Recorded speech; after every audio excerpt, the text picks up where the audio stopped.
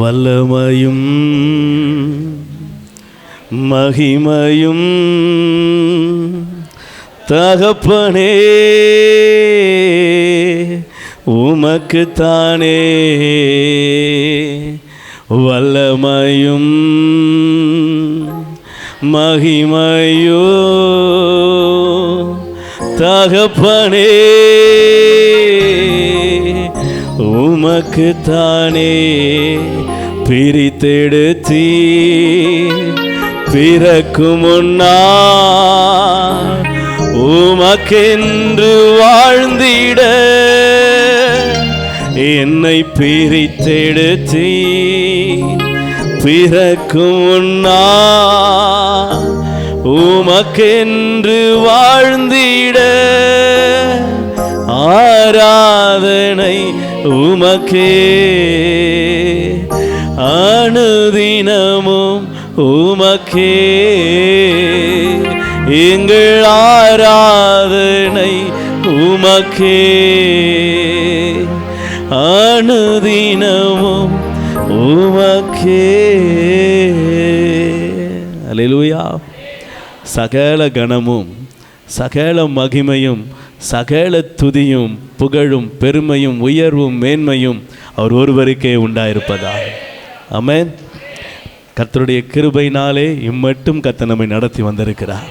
நாம் நிற்பது நிர்மூலமாகாமல் இருக்கிறது கர்த்தருடைய சுத்த கிருபையினாலே. ஆமென். அல்லேலூயா.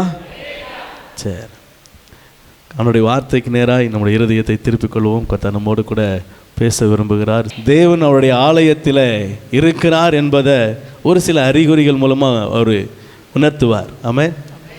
இங்கே ஆண்டவர் இருக்கிறார் அப்படின்றத எத்தனை பேர் உணர்றீங்க? ஆமென். ஒவ்வொரு நாளும் இந்த வாசற்படியை தாண்டும் பொழுதெல்லாம் எனக்குள்ள அந்த உணர்வு வரும்.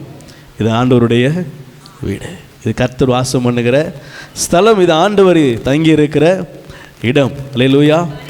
நான் எனக்குள்ளே சில நேரங்களில் வசனத்தை வைத்து சில காரியங்களை யோசிப்பது உண்டு. அவருடைய ஆலயத்தில் வஸ்திர தொங்கல் நிறைந்திருக்குமா? ஆமென். வேதம் சொல்லுது இது கர்த்தருடைய வீடு. அல்லேலூயா. இப்போ நீங்கள் வெளியே போயிட்டு வீட்டுக்கு வந்தீங்கன்னா உங்கள் ட்ரெஸ் என்ன செய்வீங்க? வீட்டில் கழட்டி வைப்பீங்க, அப்படி தானே? ஆனால் ஆண்டவர் சொல்கிறாரு, நான் எப்போவும் இங்கே தான் இருக்கிறேன். என்னுடைய ஆடையுடைய தொங்கலினால் ஆலயம் முழுவதும் நிறைந்திருக்கிறேன். ஆமென். ஒரு துணி காய போட்டிருக்கும்போது நீங்கள் இப்படி நடந்து போனீங்கன்னா அந்த துணி உங்கள் மேலே படும் இல்லை? எத்தனை பேருக்கு அனுபவம் இருக்குது? சின்ன வயசில் துணிகளை விளாண்டுருப்பீங்க. நிறைய அந்த தொட்டில் கட்டி விளாடும்போது தொட்டியில் முட்டி விளாண்டுருப்பீங்க. அந்த தொட்டியில் தாண்டும் போது அந்த துணி மேலே என்ன செய்யும்? பட்டு தாண்டி போகும். நீங்கள் ஒவ்வொருத்தரும் உள்ளே வரும்பொழுதும் தேவனுடைய வஸ்திரத்தில் அநேகர் அதை தாண்டி தான் என்ன செய்கிறீங்க? உள்ளே வரீங்க. அல்லேலூயா. இது நான் என்னுடைய இருதயத்தில் அப்படி நினச்சி தான் என்ன செய்யுது சில காரியங்களை. அது உள்ளே வரும்போது வஸ்திர தொங்கல் வசனம் ஞாபகம் வரும்போது என்ன செய்யுது? வஸ்திர தொங்கலுக்குள்ளே நம்ம தாண்டி என்ன செய்கிறோம்? நீங்கள் உள்ளே ஒரு 20 ஸ்டெப்பு வந்திருப்பீங்களா? 20 ஸ்டெப்பும் அவருடைய ஆடையை உரசிட்டு தான் என்ன செய்கிறீங்க? வரீங்க. அல்லேலூயா. உள்ளே வரும்பொழுதே உங்களுக்கு சுகம் உண்டாகும். உள்ளே வரும்பொழுதே உங்களுக்கு பலன் உண்டாகும். உள்ளே வரும்பொழுதே உங்களுக்கு கிருபை பெருகும். உள்ளே வரும்பொழுதே உங்கள் விண்ணப்பங்கள் கேட்கப்படும். ஜெபிக்கும் போது இல்லை, நீங்கள் உள்ளே வரும்பொழுது. ஆமென். ஏன்னா உங்கள் வாயிலிருந்து வார்த்தைகள் பெறவாததற்கு முன்னமே இன்னும் தேவன் அறிந்திருக்கிறாரு. அவர் நிச்சயம் செய்ய வல்லவராக இருக்கிறார். அல்லேலூயா. செய்தியின் தலைப்பு மங்காத மகிமையுள்ள தேவாலயம். ஒரு நாளும் ஒளி மங்காது, ஒரு நாளும் மகிமை மங்காது, ஒரு நாளும் கிருபை மங்காது, ஒரு நாளும் பிரசன்னம். அல்லேலூயா. சங்கீதக்காரன் சொல்கிறான், ராஜா உன் பிரசன்னம் போதும். உங்கள் பிரசன்னம் ஒன்று இருந்தால் போதும், என்னுடைய எல்லா வாழ்க்கையின் காரியங்களும் அது மாறுகிறதா இருக்கிறது. அல்லேலூயா. மங்காத மகிமையுடைய தேவாலயம், கர்த்தருடைய ஆலயம், அது ஒரு நாளும் குறைவை என்ன செய்யாது, தன்னிடத்தில் வைத்திருக்காது, நிறைவை மாத்திரம் வைத்திருக்கிறதா இருக்கிறது. அல்லேலூயா. எடுத்தவர்கள் வாசிக்கலாம். 2 நாளாகமத்தின் புஸ்தகம் 5ஆம் அதிகாரம் 13ஆம் வசனம். அவர்கள் ஒருமிக்க பூரிகைகளை ஊதி ஏக சத்தமாய் கர்த்தரை துதித்து ஸ்தோத்தரித்து பாடினார்கள். ஆசாரியர் பரிசுத்த ஸ்தலத்திலிருந்து புறப்படுகையிலும் பாடகர் பூரிகைகள், தாளங்கள், கீத வாத்தியங்களுடைய சத்தத்தை துணிக்க பண்ணி கர்த்தர் நல்லவர், அவர் கிருபை என்றும் உள்ளது என்று அவரை ஸ்தோத்தரிக்கையிலும் கர்த்தருடைய வீடாகிய தேவாலயம் மேகத்தினால் நிறையப்பட்டது. ஹல்லேலூயா. இப்ப எல்லாரும் ஒன்னா சேர்ந்து சொல்ல போகிறோம். என்ன சொல்ல போறோம்? என்ன சொன்னாங்க? கர்த்தர் நல்லவர், அவர் கிருபை. எங்க சொன்னாங்க? அவருடைய ஆலயத்துக்கு முன்பதாக நின்று என்ன செய்யறாங்க? சொல்றாங்க. அப்படி சொல்லும் பொழுது என்ன மூடிச்சா? தேவனுடைய மகிமை மேகம் என்ன செய்ததான்? மூடினதான். சொல்லுவோமா எல்லாரும் ஒருமனப்பட்டு? 1 2 3 ஸ்டார்ட். கர்த்தர் நல்லவர், அவர் கிருபை என்றும் உள்ளது. இன்னும் ஒரு பிற, கர்த்தர் நல்லவர், அவர் கிருபை. இன்னும் ஒரு விசை, கர்த்தர் நல்லவர், அவர் கிருபை என்றும் உள்ளது. அல்லேலூயா, அல்லேலூயா. கர்த்தர் நல்லவர். கவனிங்க, ஆலயத்தை மேகம் மூடுகிறதுக்கு ஆண்டவர் ஒரு காரியத்தை அங்கே எதிர்பார்க்கிறார். அது நடந்த உடனே ஆலயம் என்ன செய்கிறது? அவருடைய மகிமையினால் நிரம்புகிறதா இருக்கிறது. நீங்கள் உட்கார்ந்து இருக்கிற இந்த ஆலயம் ஒரு கட்டிடமாகிய ஆலயம். சபை அப்படின்னா நீங்களும் நானும் தான் சபை. அல்லேலூயா. இன்னொரு ஆலயம், நீங்களே அந்த ஆலயம். கவனிங்க, நான் சொல்கிறது முதல்ல சொன்னேன், இது கட்டிடம், ஒருவர் கூடி வருகிற ஆலயம். ரெண்டாவது சபை அப்படின்னா ஒரு கூட்டமாக கூடி இருக்கிற இடம் தான் என்னது? சபை. ஆசாரிய சபை.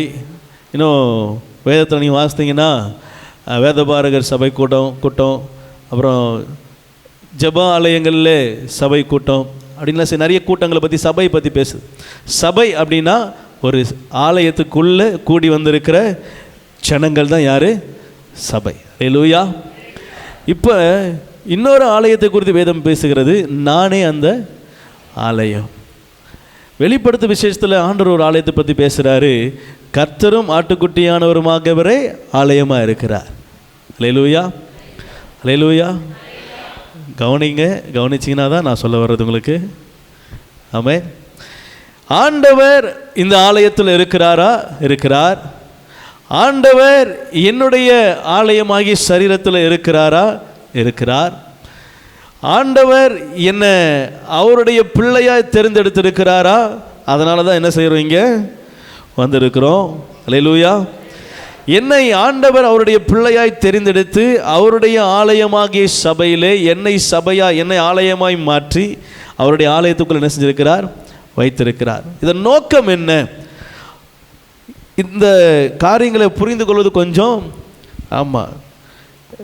கஷ்டம், ஆனால் புரிந்துக்கிட்டீங்கன்னா ஈஸியாக இருக்கும். கவனிங்க, சபை, நீங்களும் நானும் ஆகிய சபை ஒரு ஆலயம் என்கிற ஒரு குடாரத்துக்குள்ள என்ன செய்கிறோம்? கூடி வருகிறோம். கர்த்தர் உங்களையும் என்னையும் இந்த ஆலயத்துக்குள்ளே கொண்டு வருகிறத நோக்கம் என்ன?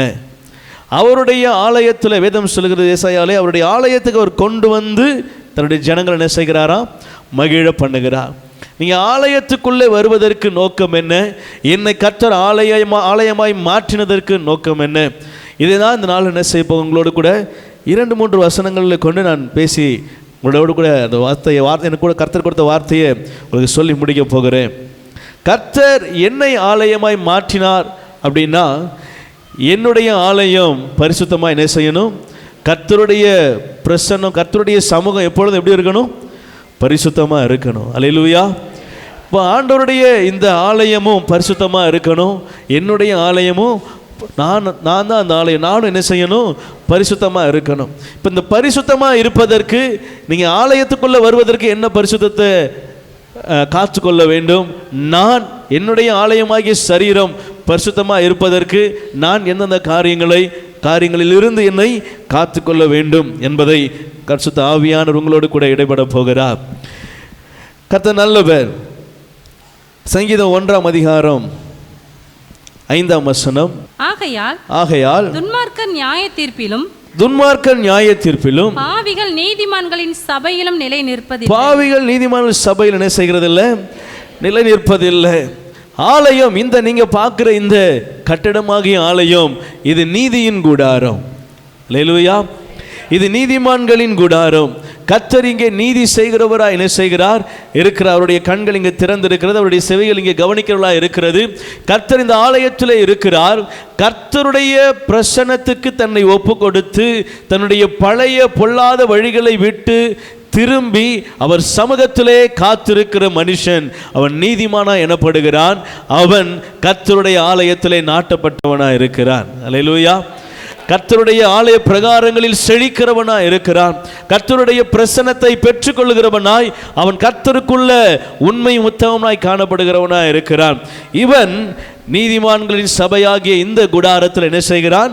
தங்கி இருக்கிறான். அல்லேலூயா. இப்படிப்பட்டவர்கள் கர்த்தருடைய கூடாரத்தில் என்ன செய்கிறாங்க? தங்கி இருக்கிறாங்க. அல்லேலூயா. ஆமென். இப்போ ஆண்டவர் சொல்றார், இப்படிப்பட்ட இருதயம் இல்லாதபடி நாம் ஆண்டவருடைய ஆலயத்தில் ஏனோ தானோ என்று சொல்லி வருவோமானால் ஒரு நாளில் ஏன் வருகிறோம் என்பதை என்ன செஞ்சிடும்? ஒரு அர்த்தமில்லாதபடி மாறி போகும். அப்புறம் வருவதற்கு ஆண்டவருடைய ஆலயத்தை தேடுவதற்கு இருதயத்தில் என்ன இருக்காது? எண்ணம் இருக்காது, விருப்பம் இருக்காது. கடைசியில் என்ன செஞ்சிருவோம்? ஆலயத்துக்கு வராமலே என்ன செஞ்சிருவோம்? அல்லேலூயா. கவனிங்க, நீங்கள் ஆலயத்துக்கு வராமல் தேவனை தேடுகிறதுக்கு ஆண்டவருடைய சமூகத்துக்கு வாரம் ஒரு முறை வருகிறோம் ஞாயிற்றுக்கிழமை. அந்த நாட்கள் நீ வராமல் ஒருவேளை ஏதோ ஒரு காரியத்தில் வெளியே போகிறீங்கன்னு வச்சிங்களேன், உங்கள் இருதயத்தில் ஒரு விதமான நெடரல் அப்படி இருக்கணும். அல்லேலூயா. ஆலயத்துக்கு வராமல் நீங்கள் வெளியே இருக்கிறீங்கன்னா இன்றைக்கி நான் எங்கே இருக்கணும்? ஆலயத்தில் இருக்கணும். ஆனால் என்னால் என்ன செய்ய முடியல, இருக்க முடியலையேன்ற அந்த ஒரு விதமான இருதயத்தில் ஒரு என்ன ஒரு விதமான எண்ணம் என்ன செய்யணும்? வரணும். அப்படி வந்தால் உங்களுக்குள்ள அந்த வாஞ்சை இருக்குன்னு அர்த்தம். ஆண்டவர் அதை கவனிக்கிறார், அதை பார்க்கிறார். ஒருவேளை நீங்கள் வரலைன்னா உங்களுக்கு அந்த இருதயத்தில் ஒரு விதமான வியாகுலம் இல்லை, ஒரு விதமான எண்ணம் இல்லை, நம்ம அதை பற்றியே சர்ச்சை பற்றியே யோசிக்கலை அப்படின்னா, அல்லேலூயா, ரெண்டாவது கேட்டகரி. நம்ம எதுக்கு வரோம்னு நமக்கே தெரியாமல் சபைக்கு என்ன செஞ்சிட்ருக்கிறோம்? வந்துட்டுருக்கிறோன்னு அர்த்தம். இந்த ஆலயமாகிய கூடாரத்துக்குள்ளே கர்த்தர் நம்மை கொண்டு வந்ததற்கு நோக்கம் உங்களை என்னையும் நீதிமானாய் மாற்றணும், உங்களை என்னையும் ஆசீர்வதிக்கணும். பழைய வாழ்க்கையோடு கூட நான் ஒத்த வேஷம் தரித்து உலகத்தோடு இருக்கிற மாதிரியே இருந்தேன், நான் என்னை ஆசீர்வதிக்க முடியாது. அப்போ ஆலயத்துக்குள்ளே வரும் பொழுது ஆலயத்தின் மகிமை என்னை முதலாவது மாற்றுகிறதா இருக்கிறது. நான் ஆலயத்தின் மகிமைக்கு என்னை ஒப்பு கொடுக்கும் பொழுது என்னுடைய ஜீவியம், என்னுடைய காரியம் இந்த ஆலயத்திலே கர்த்தர் சொல்லப்படுகிறபடி என்ன செய்கிறோம்? அது மாறுகிறது. வார்த்தை என்னை என்ன செய்கிறது? மாற்றுகிறதா இருக்கிறது. நான் மாற விரும்ப என்னுடைய இருதயத்தில் என்ன செய்யணும்? அது மாறுவதற்குண்டான இருதயம் எனக்கு கூட காணப்பட வேண்டும். இல்லை என்று சொன்னால் நான் அவனுடைய ஆலயத்தில் என்ன செய்ய முடியாது? நிலைத்திருக்க முடியாது. அல்லேலூயா. அல்லேலூயா. கர்த்தருடைய ஆலயத்தில் நாட்டப்பட்டவர்கள் தான் பிரகாரத்தில் என்ன செய்வாங்க? அல்லேலூயா. இங்கே நாட்டப்பட்டால் தான் செழிப்பாங்க என்ன செய்யும்? உண்டாகும். இங்கே நாட்டப்படலை, கர்த்தருடைய வார்த்தையின்படி நாம் வேறுண்டலை, அவனுடைய வசனத்துக்கு ஏற்றபடி நடக்கலை, கர்த்தருடைய பிரமாணங்களை நம்ம என்ன செய்யலை, கீழ்ப்படியலை என்று சொன்னால் கர்த்தர் என்ன செய்கிறார்? நம்மை அப்படியே இருந்த மாதிரியே இருக்க விட்டுறார். என்ன, கோதுமை மணி வளர்ந்து பெருகும் பொழுது களை என்ன செய்தான்? கூட சேர்ந்து வளருதான். அந்த களை என்ன செய்ய மாட்டாங்களா? பிடுங்க மாட்டாங்க. ஏன் சொல்லுங்க? நல்ல பயிர்களும் என்ன செஞ்சிருமா? களையோடு சேர்ந்து நல்ல பயிர்களும் பிடுங்கப்பட்டுரும். அதோடைய வேர்கள் டிஸ்டர்ப் ஆகும். அதோடைய வேர் பிடுங்கும் பொழுது அதோடைய வேரை அசைச்சிருச்சு, அதோடைய வேரை எடுத்து விட்டுருச்சுன்னா நல்ல கனி கொடுக்கிற அந்த நெற்கதிரும் என்ன செஞ்சிடும்? அவ்வளோதான், வேஸ்ட்டாக போயிடும். அதனால் என்ன செய்யாதீங்க? அது பிடுங்காதீங்க, அது வளர விடுங்க. கடைசி நாட்களில் அறுவடை நேரத்தில் களை தனியாக போகும், நெல் தனியாக, கோதுமை தனியாக என்ன செய்யும்? பிரியும். அல்லேலூயா. அல்லேலூயா. கவனிங்க, சபைக்கு இன்னொரு பேர் இருக்கு. என்ன தெரியுமா? மணவாட்டி. அல்லேலூயா. நீங்களும் நானும் யாரு? மணவாட்டி. இந்த மணவாட்டி எங்கே எங்கே எங்கே போகணும்? மணவாளன் ஒரு வாட்டி வரும் பொழுது அவரை சந்திக்க என்ன செய்யணும்? எதிர்படணும்.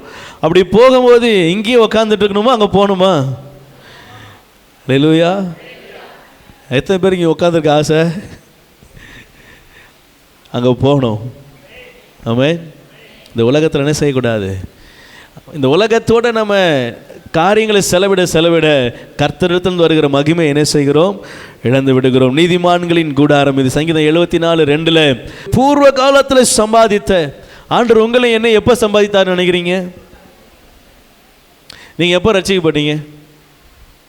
நீங்கள் எப்போ ரட்சிக்கப்பட்டீங்களோ அதுதான் உங்களுடைய ரட்சிப்பின் நாள், கர்த்தரை தெரிந்து கொண்ட நாள் நினைக்கிறீங்க. இல்லை, அது உங்களுக்கு ஞானசானம் எடுத்த நாளில் தான் எனக்கு ஆண்டவர் அபிஷேகத்தை கொடுத்தார், அதுக்கப்புறம் தான் என்னை ஆண்டவர் தெரிந்து கொண்டார், அவருடைய பிள்ளையை மாற்றினார். இல்லை, அது உங்களுக்கு. ஆண்டவர் சொல்கிறாரு, நீங்கள் பிறக்கிறதுக்கு முன்னாடியே நான் உங்களை தெரிந்து கொண்டேன்றாரு. உன் கருவிலே உருவாகும் முன்னமே உன்னை பெயர் சொல்லி அழைத்தேன்றாரு. இப்போ ஆண்டவர் சொல்கிறாரு, பூர்வ காலத்திலே உங்களை ஆண்டவர் தெரிந்து கொண்டார். ஆமென். அல்லேலூயா. இப்போ லேட்டஸ்ட்டாக அந்த ஒரு பாடல் வந்தது, என் தாய் உருவாகும் முன்னே என் கருவை, என் கரு இல்லை, என் தாய் உருவாகும் முன்னவே என் கருவை பார்த்தவர். அல்லேலூயா. அந்த மனுஷன் எப்படி தான் யோசிக்கிறான்னு தெரியல. அவர் கூட ஒரு ஒரு ஒரு ஜென்ரேஷன் தான் முன்னாடி போய் யோசிக்கிறார். என் ஆண்டவர் சொல்கிறார், உலக தோற்றம் முன்னமே உன்னை தெரிந்து கொண்டேன்றார். அல்லேலூயா. கர்த்தர் நல்லவர். கவனிங்க, அவர் சொல்கிறாரு, என்னுடைய எலும்புகள் ஒன்றும் உருவேற்படவே இல்லை, ஆனாலும் என் பேரை ஜீவ புஸ்தகத்தில் எழுதி வச்சிருக்கிறாரா. அல்லேலூயா. இன்னும் என்னுடைய அவயவங்களில் ஒன்று கூட உருவாகலை, ஆனால் என் பேர் எங்கே இருக்கு? அதான் சொல்கிறாரு, உங்களை பூர்வ காலத்திலே அவர் சம்பாதிச்சிட்டார். சிலுவையில் எப்போ ரத்தம் சிந்தினாரோ ஒவ்வொரு சொட்டு ரத்தத்துக்கும் உங்கள் எல்லா ஆத்துமாக்களையும் அப்போவே அவர் சம்பாதித்து விடுத்து விட்டார். அல்லேலூயா. நீங்களும் நானும் சிலுவையிலே சம்பாதிக்கப்பட்டவர்கள். ஆண்டவர் சொல்கிறார், உன்னை நித்திய மகிமைக்காக நான் தெரிந்து கொண்டு இருக்கிறேன். நம்ம அந்த சபைக்குள்ளே ஏன் கூட்டி சேர்க்கிறாருன்னா, அவருடைய மகிமையில் நீங்கள் பங்கு பெறணும். ஆமென். ஆண்டவர் சொல்கிறாரு, என்னுடைய ஆலயத்துக்கு வந்தால் மகிமை உண்டு. ஆமென்.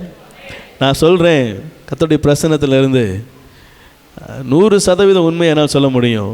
நீங்கள் ஆலயத்தை தேடி கர்த்தரை தேடி நடக்கிற ஒரு நடையோடைய பிரயாசத்தை கூட என் தேவன் வீணாக போக விட மாட்டார்.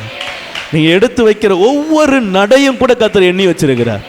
உங்களுக்கு கூட தெரியாது நீங்கள் எத்தனை கிலோமீட்டர் நடந்து வரீங்களோ, இல்லை எத்தனை ஸ்டெப்பு நடக்கிறீங்க கூட எண்ணி வரமாட்டீங்க. ஆனால் என் தேவன் நீங்கள் ஆலயத்துக்கு அவருக்காக எடுக்கிற பிரயாசத்தை ஒவ்வொரு நடையும் அவர் எண்ணி வைத்திருக்கிறார். உங்கள் கண்ணிலேருந்து வடிகிற கண்ணீரை மட்டும் இல்லை, நீங்கள் எடுக்கிற ஒவ்வொரு பிரயாசத்தையும் அவர் எண்ணி வச்சிருக்கிறார். நிச்சயம் பலன் உண்டு. அல்லேலூயா. ஆண்டவர் அந்த 7 சபைகளுக்கு சொல்லும் பொழுது சொல்லிக்கிட்டே வரார்.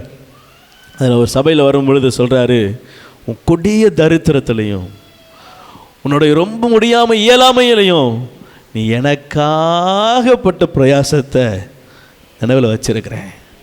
அல்லேலூயா. எப்போ சொல்கிறாரு பாருங்க, பிரயாசப்படும் பொழுது கஷ்டப்படும் போதெல்லாம் வரல, அப்போ உதவி செய்கிறாரு. ஆனாலும் அவங்களுடைய அந்த வறுமையிலையும் அந்த கஷ்டத்துலேயும் அந்த நஷ்டத்துலேயும் கர்த்தருக்கு உண்மையாக இருந்தாங்க. பார்த்தீங்களா? ஆண்டவர் அதை சொல்கிறாரு, நான் நினைவில் வச்சிருக்கிறேன். என் பிள்ளையே, என் சபையே நான் நினைவில் வச்சிருக்கிறேன். ஒரு நாள் என்ன செய்ய மாட்டேன், மறக்க மாட்டேன். அல்லேலூயா. உங்கள் பிரயாசங்களை, ஆலயத்துக்கு வருகிறதுக்காக எடுக்கிற எல்லா பிரயாசங்களையும் கர்த்தர் கணக்கில் வச்சிருக்கிறார். நிச்சயம் பதில் தருவார். அல்லேலூயா. அல்லேலூயா. ஆமாம். இன்னும் ஒரு 2 வசனத்தை மட்டும் நான் சொல்லி முடிக்க விரும்புகிறேன். சபை எல்லா காரியத்தையும் மேற்கொள்ளும். ஆமென். ஆமென் சொல்லுங்களேன். என்ன கவனிங்க, சபை என்ன செய்யும்? நான் சபைன்னு யாரை சொன்னேன்? சபை யாரு சொல்லுங்க? நான் தான் சபை சொல்கிறேன். சபை எல்லா காரியத்தையும் மேற்கொள்ளும். ஆமென். பேதுருவை பார்த்து ஆண்டவர் சொல்கிறாரு, மத்தேயு 16:18, மேலும் நான் உனக்கு சொல்கிறேன், நீ பேதுருவாய் இருக்கிறாய். இந்த கல்லின் மேல் என் சபையை கட்டுவேன். பாதாளத்தின் வாசல்கள் அதை மேற்கொள்வதில்லை. அல்லேலூயா. இப்போ ஆண்டவர் பேதுருவை பார்த்து சொல்றாரு, உனக்கு நிறைய கூட்டத்தை என்ன செய்வேன்? அல்லேலூயா. உனக்கு நிறைய கூட்டத்தை என்ன செய்வேன்? சபைனா ஒரு பெரிய கூட்டம், அதுதான் சபை. இப்போ அந்த சபையை என்ன செய்வேன்? உனக்கு கொடுப்பேன். உன் மேலே அந்த சபையை என்ன செய்வேன்? ஸ்தாபிப்பேன். ஒன்றும் அதை என்ன செய்ய முடியாது, மேற்கொள்ள முடியாது. அல்லேலூயா. சொல்லுங்க, என்ன மேற்கொள்ள ஒன்றும் இல்லை. என்னை மேற்கொள்ள ஒன்றும் இல்லை. என்னை ஜெயிக்கிறதுக்கு ஒன்றும் இல்லை. நான் தான் ஜெயம் எடுப்பேன். விசுவாசிக்கிறீங்களா? சபை எல்லாத்தையும் மேற்கொள்ளும். உலகத்தில் எவ்வளவு பெரிய கொடிதான காரியம் வரட்டும், சபை மேற்கொள்ளும். ஆமென். அல்லேலூயா. எதிர்த்து எவ்வளவு காரியம் வந்தாலும் சபை போய்கிட்டே இருக்கும். அல்லேலூயா. கடைசி நாட்களில் இந்த நமக்கு விரோதமாக எழும்புகிற காரியங்கள், இன்னும் உலக எதிர்ச்சி, பூமி எதிர்ச்சி, அன்பு குறையிறது, நிறைய அடையாளங்களை கர்த்தர் வேதத்தில் எழுதி வச்சிருக்கிறார். அறிவு பெருக்கும், டெக்னாலஜி பெருகும், இன்னும் அநேக காரியங்கள் நடக்கும். அப்பொழுது முடிவு வரும். சில காரியங்கள்லாம் அந்த வெளிப்படுத்தலில், மத்தேயுல, மார்க்கில், சுவிசேஷ புத்தகத்தில் அநேக காரியங்களில் கர்த்தர் உவமையாக சொன்னது உண்டு. தானியேலில் ஆண்டவர் தீர்க்கதரிசனமாக சொன்னது உண்டு. அநேக காரியங்கள் உண்டு. கவனிங்க, இது எல்லாம் நடக்கும், ஆனால் சபை தான் ஜெயிக்கும். எத்தனை பேர் விசுவாசிக்கிறீங்க? வெளிப்படுத்தல் ஆண்டவர் சொல்கிறாரு, சபை தான் ஜெயிக்கும். சபை கடைசியில் எல்லாத்தையும் ஜெயித்து ஜெயம் கொண்டு சிங்காசனத்தில் என்ன செய்யுமா? உயர்த்தப்படுமா. அல்லேலூயா, அல்லேலூயா. மணவாட்டியாகிய ஆலயம் ஒரு நாளும் கீழே இறங்குறது இல்லை. அப்போஸ்தலர் 9:31 வாசிக்கலாம். அப்பொழுது யூதேயா, கலிலேயா, சமாரியா நாடுகளில் எங்கும் சபைகள் சமாதானம் பெற்று பக்தி விருத்தி அடைந்து கர்த்தருக்கு பயப்படுகிற பயத்தோடும் பரிசுத்த ஆவியின் ஆறுதலோடு என்ன செய்யுமா? அது பாட்டுக்கு பெருகும். அல்லேலூயா. எதனால பெருகும் தெரியுமா? யார் கூட இருக்கிறா? பரிசுத்த ஆவியின் ஆறுதலோடு என்ன செய்யும்? ஆமாம், அவர் கூட இருந்து ஆறுதல் படுத்தி என்ன செய்வார்? நடத்தி செல்வார். உங்கள் கூட யாரும் இல்லையா? யாராவது இருக்காங்களா? என் கூட யாருமே இல்லை பாஸ்டர். ஆண்டவர் சொல்கிறாரு, சபையே, என் ஆலயமே, உன் கூட, உன்னோடு கூட, உன் பக்கத்தில் நான் இருக்கிறேன், நான் நடக்கிறேன், நான் கரத்தை பிடிச்சிருக்கிறேன்.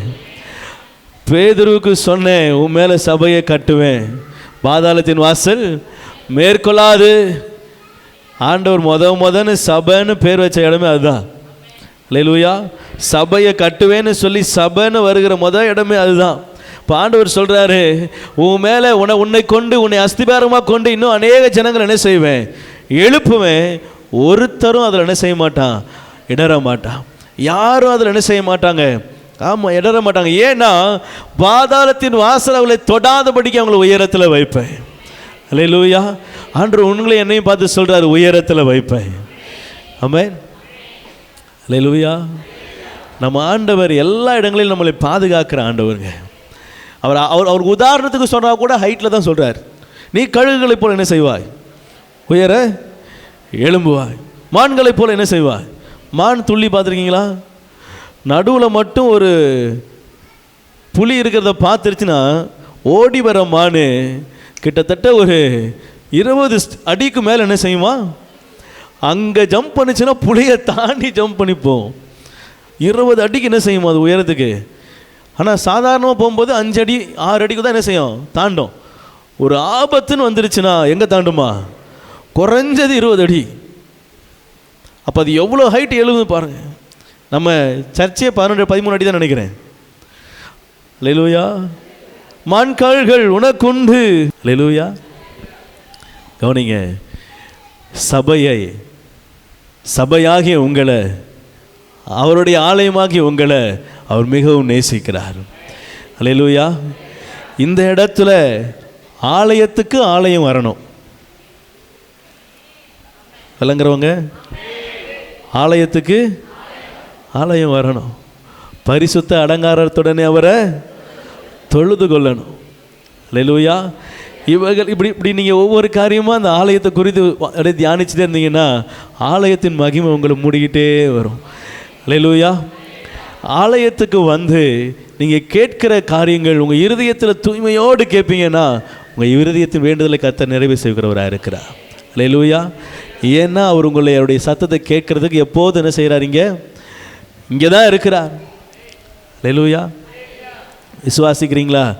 அப்போஸ்தலர், அதே அப்போஸ்தலர் எழுதின நடபடிகள் 16ஆம் அதிகாரம் 4-5 வசனம் வாசித்து முடிக்கலாம். அவர்கள் பட்டணங்கள் தோறும் போகையில் எருசலேமில் இருக்கும் அப்போஸ்தலராலும் மூப்பராலும் விதிக்கப்பட்ட சட்டங்களை கைக்கொள்ளும்படி அவர்களுக்கு ஒப்புவித்தார்கள். அதனாலே சபைகள் விசுவாசத்தில் ஸ்திரப்பட்டு நாளுக்கு நாள் பெருகின. அல்லேலூயா. ஒரு பட்டணந்தோறும் போகையில் எவர்கள்? ஆண்டவரால் அனுப்பப்பட்ட அப்போஸ்தலர்கள் பட்டணந்தோறும் என்ன செய்கிறாங்க? போகிறாங்க. போகும்போது எருசலேமில் இருக்கும் அப்போஸ்தலராலும் மூப்பராலும் என்ன செய்தார்? விதிக்கப்பட்ட சட்டங்களை கை கொள்ளும்படி அவர்கள் என்ன செய்கிறாரு? அல்லேலூயா, அல்லேலூயா. கவனிக்கிறீங்களா? சட்ட திட்டங்கள் என்ன செய்கிறாங்களா? ஒப்புவிக்கிறாங்க கை கொள்ளும்படி. அவங்க அது கை கொண்டதினால சபை என்ன செஞ்சுதான்? காலையில் 9 மணிக்கு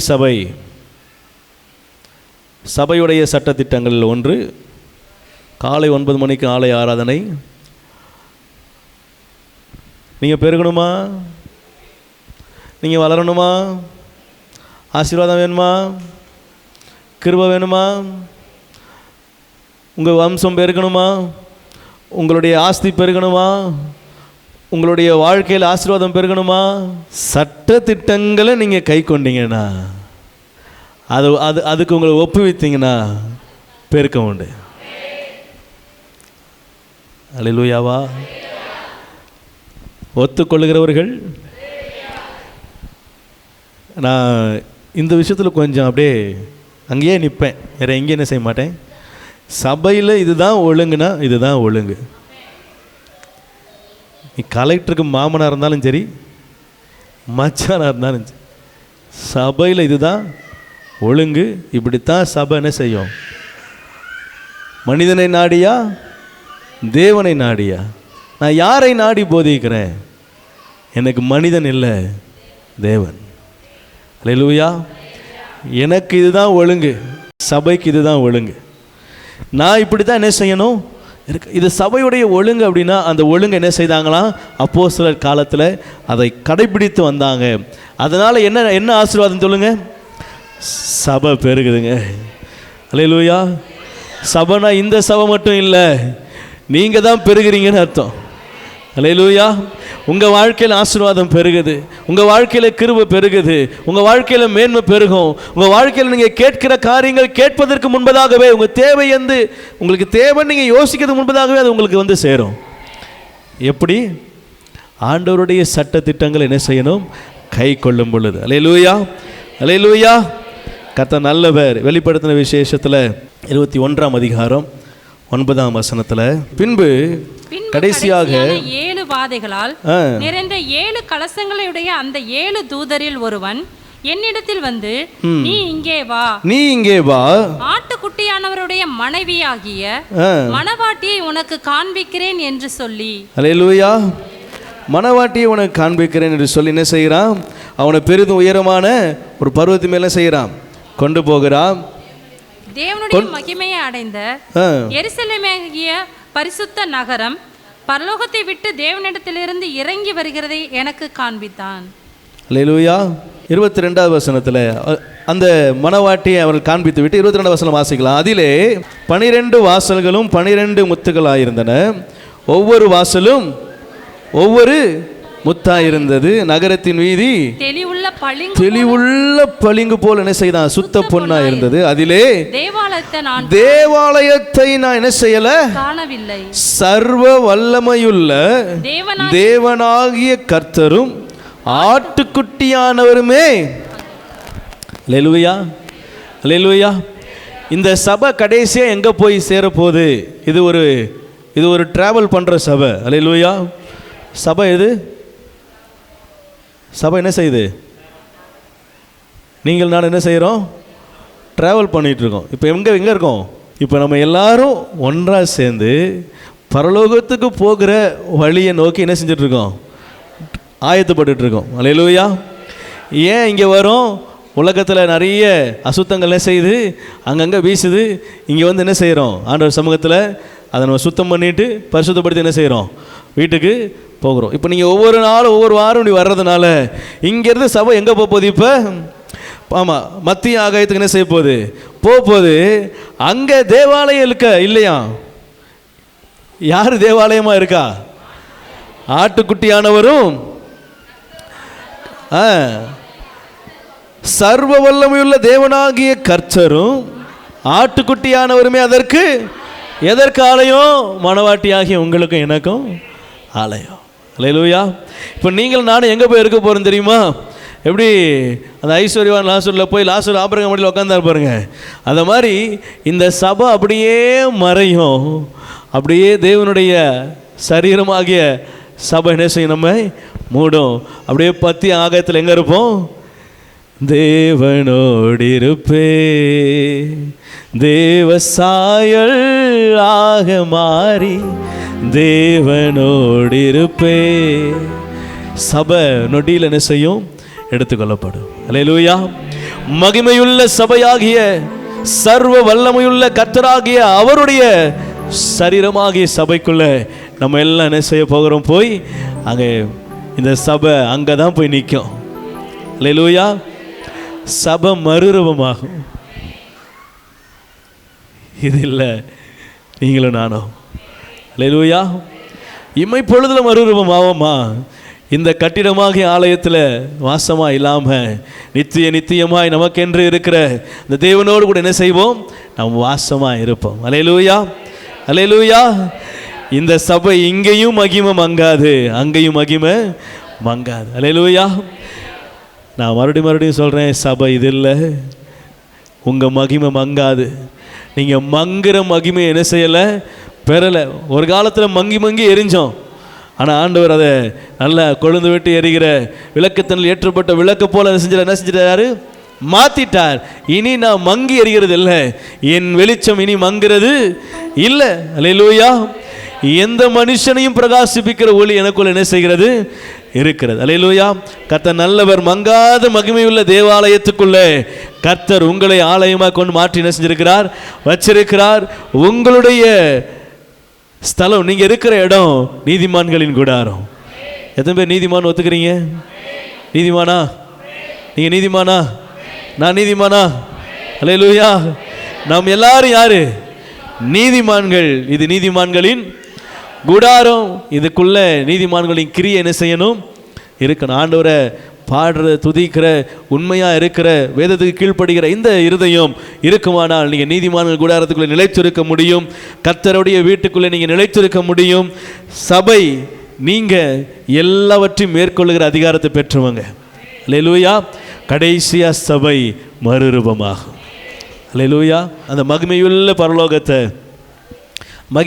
பரலோகத்தில் மணவாட்டியாய் சபை எடுத்துக்கொள்ளப்படும். அல்லேலூயா. சபை ஆண்டவருடைய பிரசன்னத்துக்குள்ளே மறைக்கப்படும். இந்த உலகத்தில் எல்லா காரியங்களிலும் நீங்கள் ஜெயம் எடுக்கிற வல்லமையை அந்த மகிமை உள்ள பிரசன்னம் உங்களுக்கு கொடுத்திருக்கிறது. அல்லேலூயா. உலகத்தை ஜெயிக்க, ஜெயம் எடுக்க கர்த்தருடைய மகிமையை பெற்ற நீங்களும் நானும் அந்த மகிமைக்குள்ளே, கர்த்தருடைய மகிமைக்குள்ளே தங்கி இருக்க, அதில் வாசமாக இருக்க, அந்த மகிமையை நமக்கு இன்னும் அதிகமாய் நமக்குள்ளே பெருக்கிக் கொள்ள கர்த்தரிடத்தில் கிருபையை கேட்போம். அவருடைய சமூகத்தில் கண்களை மூடி ஓ ரிபல ரதல ரதல ரஷத ரதியல ரதனமா ரஹ ரதியல ரதல ரதியல ரதனமா. நீ நல்லவர் கர்த்தர், கிருபையுள்ளவர் என்று நாம் உயர்த்திடுவோம். நல்லவர் கர்த்தர், கிருபையுள்ளவர் என்று நாம் உயர்த்திடுவோம். கர்த்தரின் மகிமை மேகம் போல, கர்த்தரின் மகிமை மேகம் போல இறங்கட்டும் இந்நாளிலே, இறங்கட்டும் இந்நாளிலே. ஆக மகிழ்வோ, அக்களிப்போ, ஆனந்த சத்தமிடுவோ. ஆக மகிழ்வோ, அக்களிப்போ, ஆனந்த சத்தமிடுவோ. கொண்டாடுவோம், நாம் கொண்டாடுவோம், பண்டிகைகள் நாம் கொண்டாடுவோம், கொண்டாடுவோம், நாம் கொண்டாடுவோம். பண்டிகைகள் நாம் கொண்டாடுவோம். துதிகள் எக்காலம் மோதி 7 நாட்களும் யெகோவா தேவனை கொண்டாடுவோம். எக்காலம் மோதி 7 நாட்களும் யெகோவா தேவனை கொண்டாடு. ஆமாப்பா, பலத்த கரத்துக்குள்ளே ஓங்கி உயரத்துக்குள்ளே ஆலயத்தை ஒப்பு கொடுக்கிறேன், சபையை ஒப்பு கொடுக்கிறேன். ஆண்டவரே, என் நல்லவர், கிருபை உள்ளவர் என்று உங்கள் நாமத்தை உயர்த்த இந்த நாளில் எங்களை கூட்டி சேர்த்து இருக்கிறீங்கப்பா. நீர் செய்த எல்லா மகிமையுள்ள கிருபைகளுக்காக, மகிமையான ஈவுகளுக்காக நன்றி சொல்லுகிறோம். உங்கள் தயவுள்ள கிருபை ஆலயத்தை, சபையை, ஆண்டவரே, உடைய பிள்ளைகள் ஒவ்வொருவரையும் இந்நாள் வரைக்கும் நடத்தினது, பாதுகாத்தது, ஆண்டவரே, ஏந்தி சுமந்து கொண்டது, நன்றி சொல்லுகிறேன். இன்னும் உடைய கிருபை தாங்கட்டும், இன்னும் உடைய கிருபை பாதுகாக்கட்டும், இன்னும் உடைய கிருபை ஆளுகை செய்யட்டும். ஆண்டவரே, உடைய வருகை மட்டும் சபை பரிசுத்தமாய் காணப்படுவதாக, மகிமையுள்ள சபையாய் அப்பா, கரைதிரை அற்றதாய் ஆண்டவரே, உம்முடைய வருகையில் ஆண்டவரே நாங்கள் காணப்படும்படியாய் பரிசுத்தமும் உண்மையும் உள்ள ஆண்டவரே சபையாய் நாங்கள் காணப்பட எங்களை தகுதிப்படுத்துங்க, கிருபையினால் நிரப்புங்க, ஆசீர்வதிங்க. இயேசு கிறிஸ்துவின் விலையேற பெற்ற நாமத்தில் ஜெபிக்கிறேன் நல்ல பிதாவே.